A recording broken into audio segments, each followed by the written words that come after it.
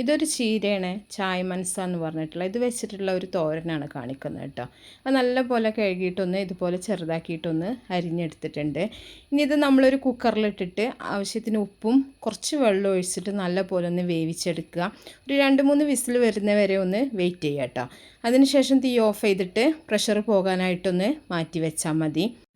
ചീര വേവുന്ന സമയത്ത് നമ്മൾ ഈ ഒരു തേങ്ങ ഒന്ന് ചതച്ചെടുക്കുക. അതിന് വേണ്ടിയിട്ട് ഞാൻ കുറച്ച് 2 പിടി തേങ്ങ എടുത്തിട്ടുണ്ട്. ഇനി ഇതിലേക്കൊരു 2 അല്ലി ചെറിയ ഉള്ളി, ഒരു 3 അല്ലി വെളുത്തുള്ളിയും കൂടി ചേർത്തിട്ടുണ്ട്. പിന്നെ നിങ്ങളുടെ എരിവിന് ആവശ്യമായിട്ടുള്ള പച്ചമുളകും കൂടി ചേർക്കുക. എന്നിട്ട് ഇത് നല്ല പോലെ ഒന്ന് ചതച്ചെടുക്കണം.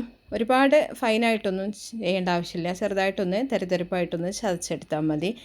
എന്നിട്ട് നമുക്ക് ഒരു സൈഡിലേക്കൊന്ന് മാറ്റി വെക്കാം. അപ്പോൾ നമ്മുടെ ആ ഒരു ചീര വെന്തതിന് ശേഷം അതിൻ്റെ ആ ഒരു വെള്ളം ഒന്ന് കളയണം കേട്ടോ. ആ വെള്ളം കളയാണ്ട് നമ്മൾ എടുക്കുകയാണെന്നുണ്ടെങ്കിൽ ചെറുതായിട്ടൊരു ചവർപ്പുണ്ടാവും. ആ ഒരു ചവർപ്പ് ഒഴിവാക്കാൻ വേണ്ടിയിട്ടാണ് നമ്മൾ ഈ ഒരു വെള്ളത്തിൽ നിന്ന് ഈ ഒരു ഇല മാറ്റിയെടുക്കുന്നത്. ഇനി നമുക്കിത് വേറൊരു പാത്രത്തിലേക്ക് മാറ്റിയിട്ട് നമുക്ക് സ്റ്റൗ ഓണാക്കിയിട്ട് നമ്മൾ നേരത്തെ ചതച്ച് വെച്ചിട്ടുള്ള തേങ്ങയുടെ ആ ഒരു മിക്സ് ഇതിലേക്ക് ചേർത്ത് കൊടുക്കുക. തേങ്ങയുടെ ആ ഒരു മിക്സ് ചേർക്കുന്ന സമയത്ത് തേങ്ങയിൽ നമ്മൾ ഉപ്പ് ചേർത്തിട്ടില്ല. അപ്പോൾ ഈ ഒരു ചീരയിൽ നമ്മൾ ഉപ്പ് ചേർത്തിട്ടുണ്ടായിരുന്നു. പിന്നെ എല്ലാം കൂടെ ചേർത്തതിന് ശേഷം ഉപ്പ് ആവശ്യത്തിനനുസരിച്ചിട്ട് നമ്മൾ വീണ്ടും കുറച്ച് ഉപ്പും കൂടെ ഒന്ന് ചേർത്ത് കൊടുക്കുന്നുണ്ട്. ഉപ്പ്, എരിവ് ഇതൊക്കെ ഓരോരുത്തരുടെ പാകത്തിനനുസരിച്ചിട്ട് ചെയ്യാം കേട്ടോ.